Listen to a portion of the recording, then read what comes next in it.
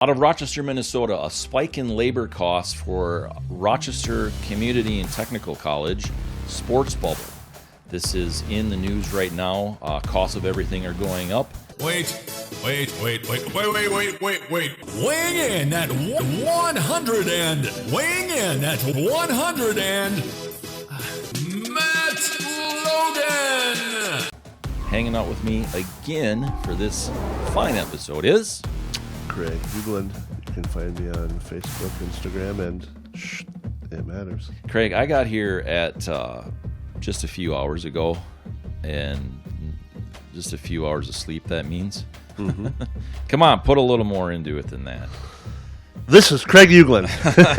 I'm going to take that clip now. I bet you will.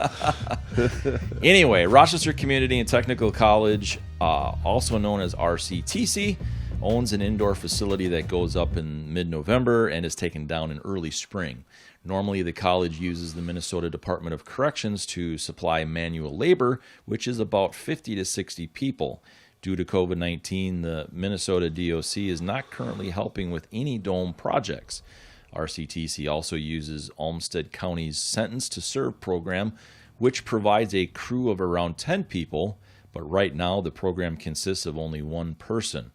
Right now we're contracted to have Beneke do the setup and supply labor for this year, said RCTC Director of Sports Facilities, Michael Shegby? Shegby? I don't know. I'm sorry. I'm terrible with names. It's just how my brain works. That is going to cost about 8 times more than usual than using the Minnesota DOC. RCTC says those funds are coming from its operational budget, that it will not be enough. This year we'll see a deficit. We won't cover our operating costs for this year. RCTC also says it will only slightly increase rates this year for those that utilize the dome, but next year may be a different story. Talking about being anxious to get in there was senior softball player Ben Borgen, anxious to get in and play the ball. It's such a unique experience playing ball in the dome. Everything is live. Costs are going up everywhere. And it all comes back to this dang COVID. Yeah. I'll clarify a few things. So what the bubble is they've got a really nice football field at RCTC, and with grandstands on the whole works. And the bubble covers... And now a quick break from the podcast, because listening sometimes just gets draining. Just like water drains down a sink. Okay. And now, back to the episode. The field. So they use it in the winter for senior softball, and I think they have like winter soccer and winter baseball, and some youth groups use it. And so there's a lot of users for it. And Beneke's is one of the local general contractors. So thank you for all that. A little clarification. Yeah, on that that's stuff. good context. For people that aren't in town. Yeah, so, that's good. I want to see some dollar numbers. I mean, I know that as somebody on in the comments that said, the DOC slave labor, whatever. Well, it's not free. No, it's not free, but they're probably getting charged $5 or $6 an hour, and not $40 or $50 an hour or more. Beneke's a union shop, and they're going to be a premium, but they're also going to get stuff done right and quickly. So, it'd be interesting to see if it impacts their budgets that much. How expensive is it to have that bubble erected? And but then let's talk about heating costs. We already know that they're going to be 30 to 40% higher this winter. Oh yeah, our local utilities, our local RPU is Rochester's Electric Company. They're already jacking rates up,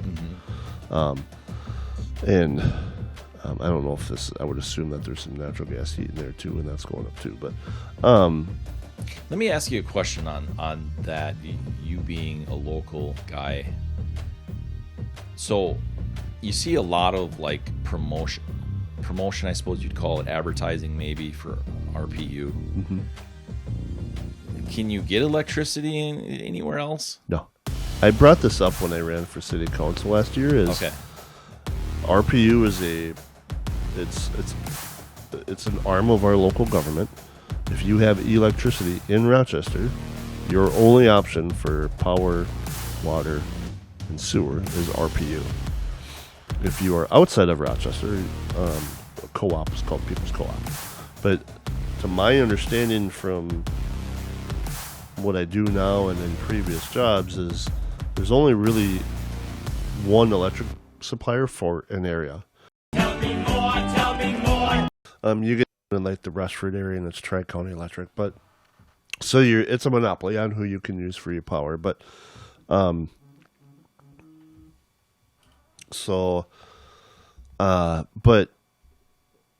you've got a captive audience of a couple thousand students, and I know Jackie's hanging out with us today too. Good morning, Jackie.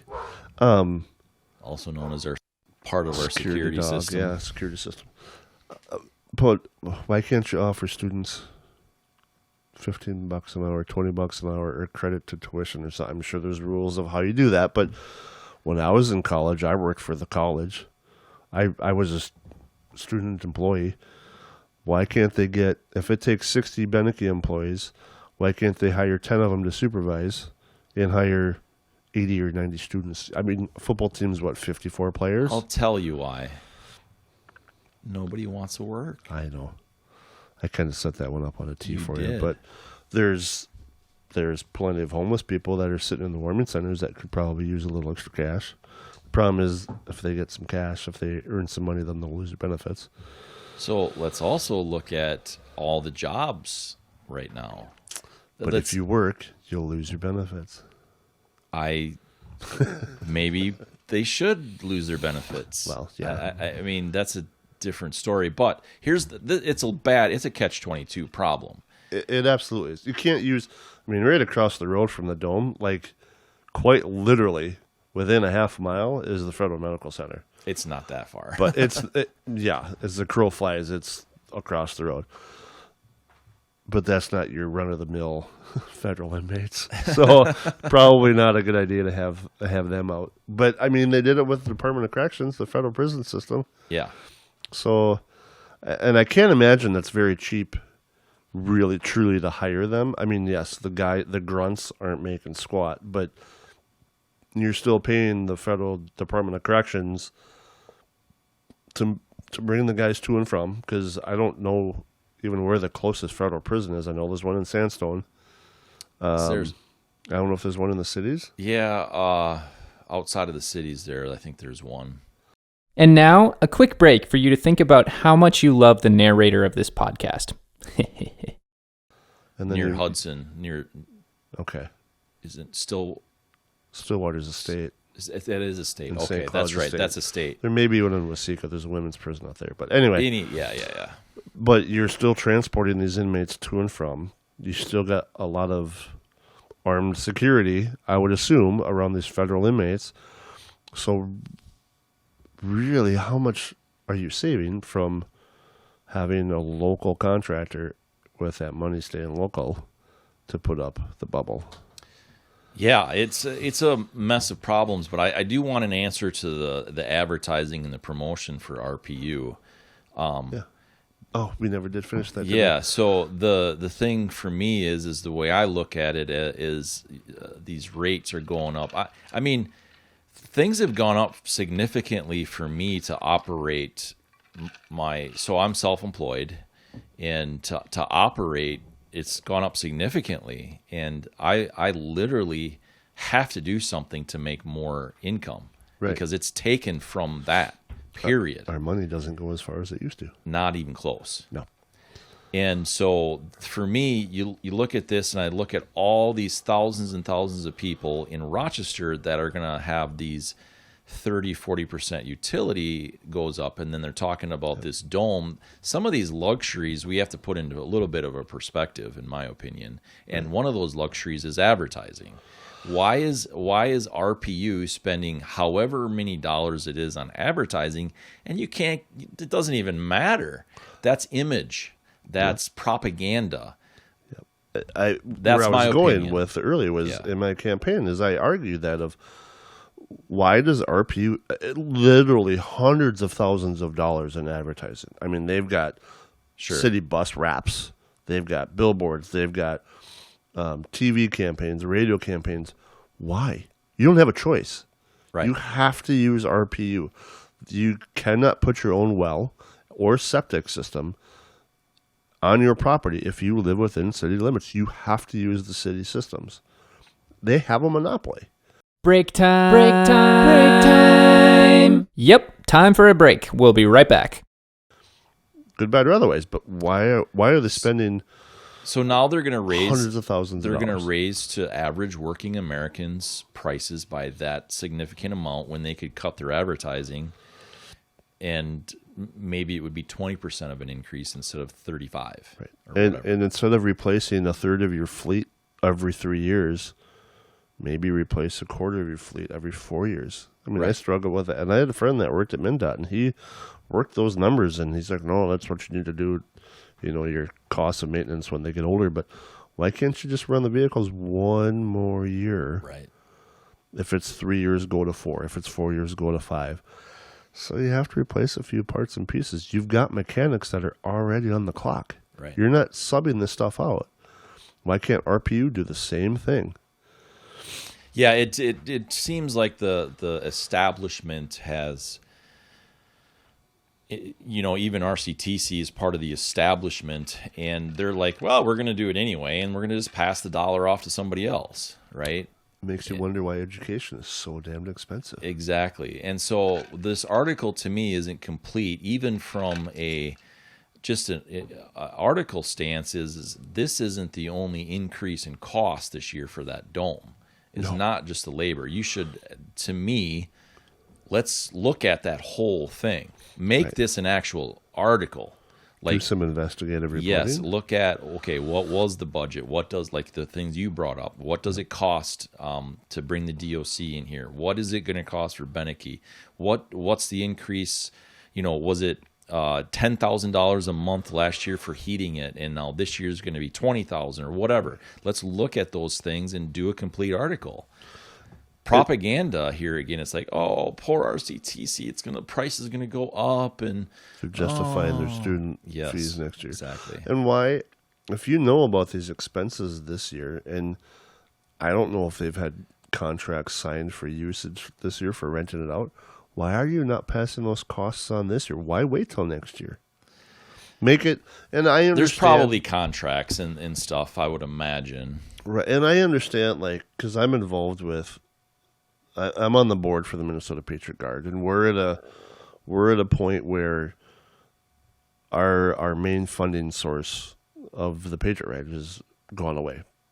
It wasn't COVID; it was the ride was going to end, and that was where a majority of our funds came from.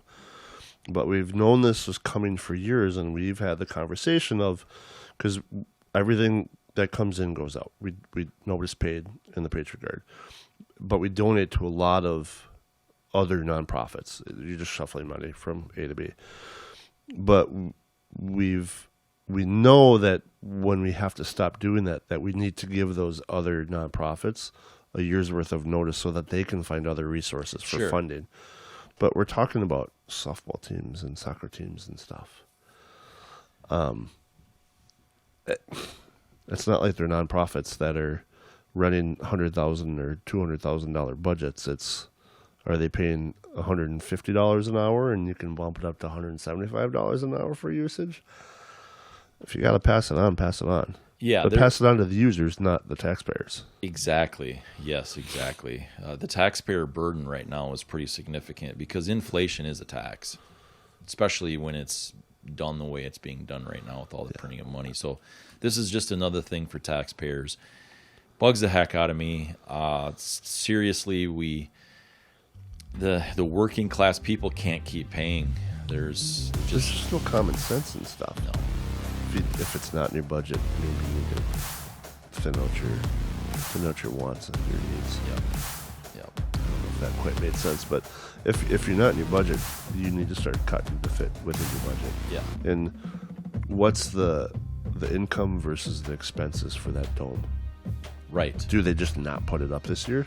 Right. Are you how much would you save or lose if you don't put the dome up? Right. Yep, it's pretty cool to play softball in there when it's 20 below outside. But at what cost? is it to heat that place when it's 20 below outside? Yeah. It's a bubble. Yeah. It's not like you've got 10 inches of foam insulation on that roof. It's a bubble. Yeah. So, what's your cost versus your reward? Uber frustrating. So what now? Create sound bites. It creates for people to just grab sound bites and have fun with it. So, thank you for helping us continue to grow. Though I do appreciate that. I know Craig appreciates that. We are here simply to provoke thought, share a perspective, and things like that. So, hammer the like button, hammer the share button, hammer out a comment. We'd love to hear from you. We really would. Thanks for watching. Thanks for listening. See you soon.